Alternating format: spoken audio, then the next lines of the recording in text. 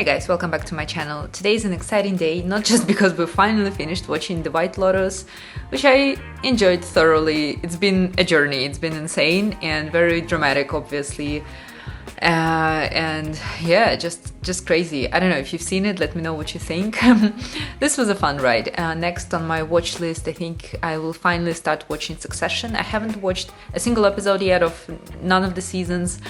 And yeah, it's been kind of hard. I feel like I already know what's happened throughout the last season because of TikTok, but I'm still looking forward to watching the whole thing. And yeah, I have very high hopes about that. But later today I'm going for another massage to this beautiful Laura Beauty Bar place, and my back really needs, well, it's not like I feel bad and it needs it, but I'm so looking forward to feeling amazing again after the massage. And then I'm meeting my friend who lives here, who I haven't seen for a few months. Well, we're not close friends or anything, but she's a nice girl, and yeah, we're gonna have a good time, I think. But for now, I'll be at home, working, maybe doing some chores, and I'll catch up with you later.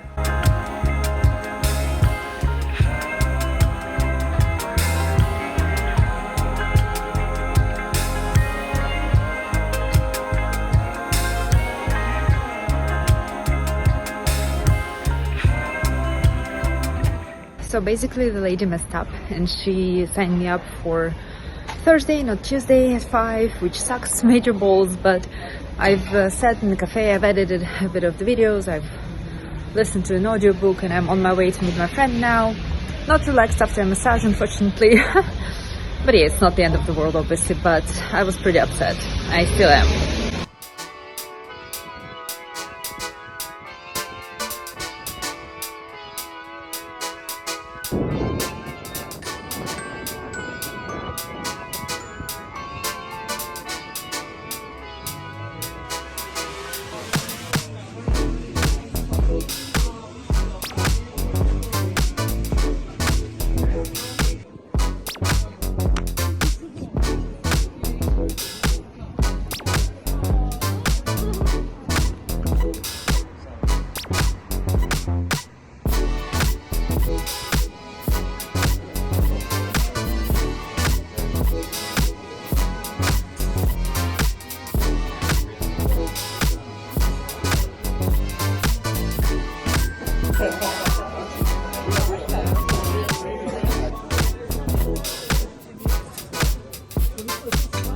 Okay, so today is my second attempt to get massage this week. Hopefully today there's not going to be any mess up, anything like that.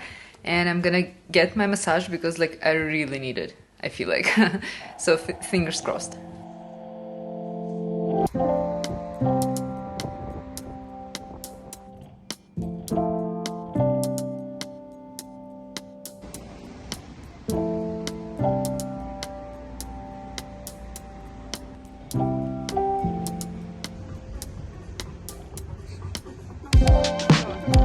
We're on our way to Lidl with Alexander. This is the first time that I'm gonna be in Serbian Lidl, and that's a place I like going to, oddly enough, because they always have cool snacks. Sometimes you can find the same snacks anywhere, like in different countries. Sometimes they have local stuff. So we're gonna check out this one, hopefully buy something delicious for the evening tonight.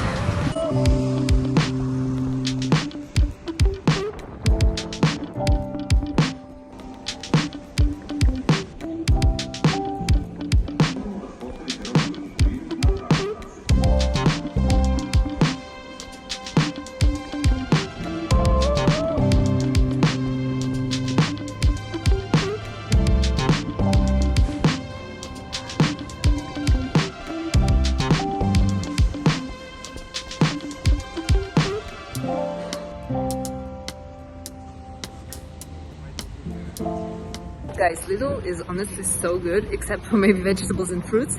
I'm just gonna buy a few produce things now, but I was able to find so much stuff that I can't see in Maxi or an Idea. It's crazy. I'm really happy I went there finally after 7 months here, and I'll be coming back for sure.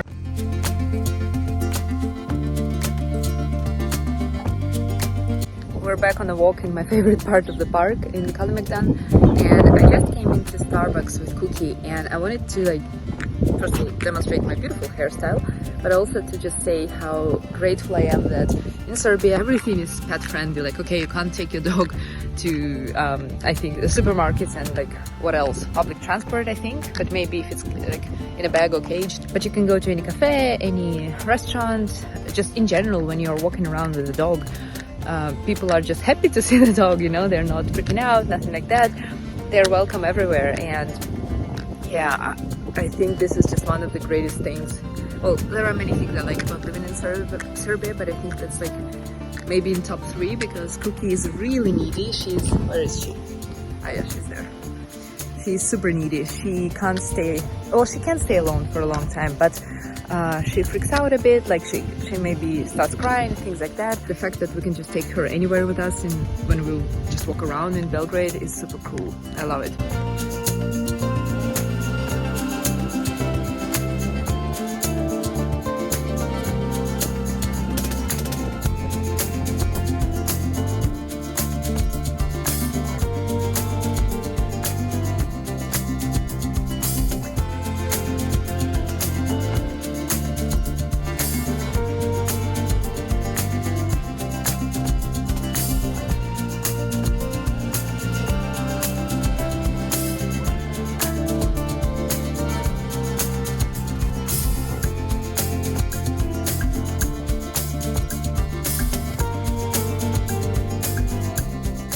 I wanted to come here to talk to you guys quickly about a couple of books I've been reading, both very engaging, very entertaining.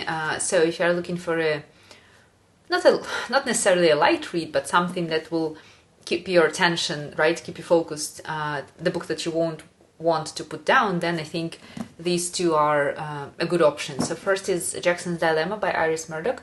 That's the book that I finally started reading. I like Iris Murdoch. I like how she writes. So for me, pretty much everything that I read from her is somewhat interesting. But Jackson's Dilemma, I think it's one of the, like, it's still very popular and well known, but not as much as her other hits, obviously, so maybe you haven't read this yet. So this talks about a rather unfortunate event. So there's supposed to be a wedding. There's a groom and a bride.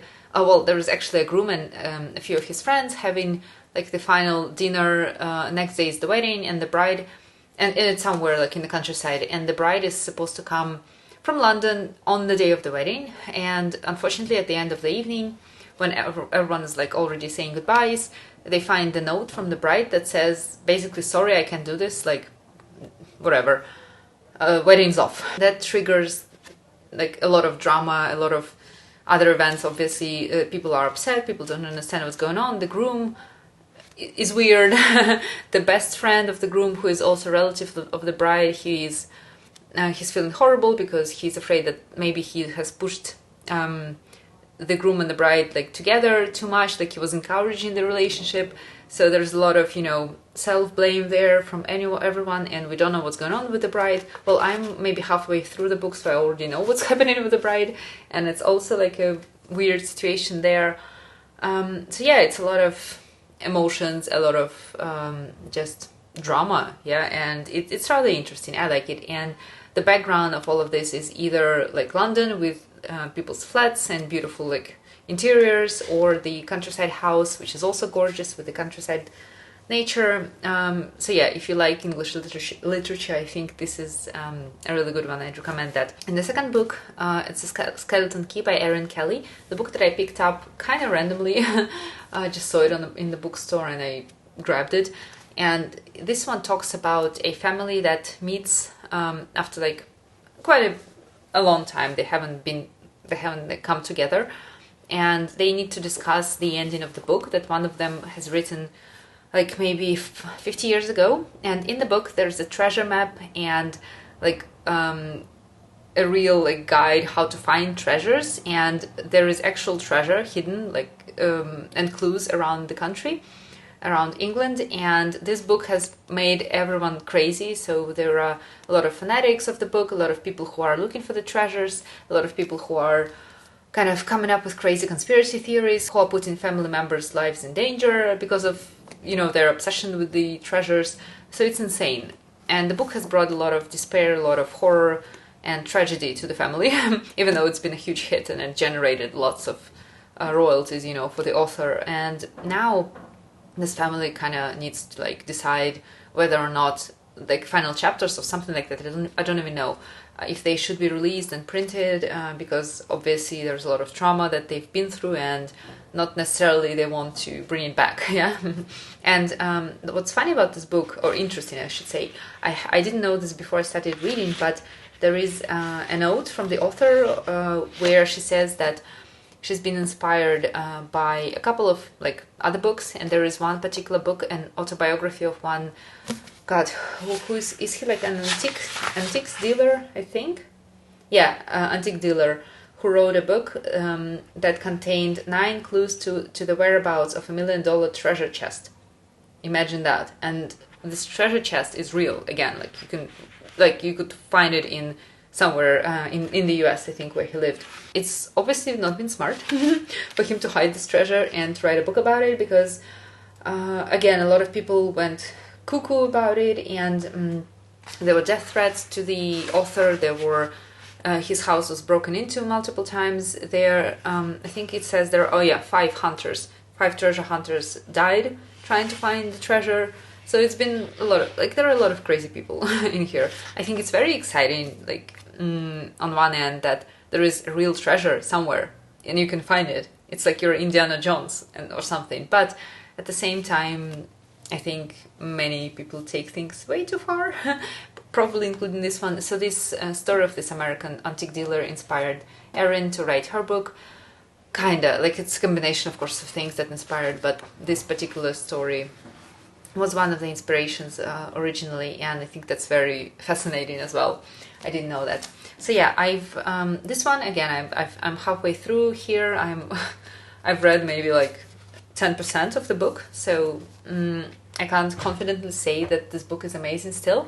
But I think if you like adventurous stories about treasures, about like family drama, again set in England, you will enjoy this too. So one of the things that I bought in Lidl yesterday is this veggie mix. Basically a ton of different vegetables and some kind of beans, I think. And I'm not sure if you're supposed to like boil it or fry it, but whatever, I'll do that. And I'll add some basmati rice and just mix it together and hopefully get a nutritious and delicious meal.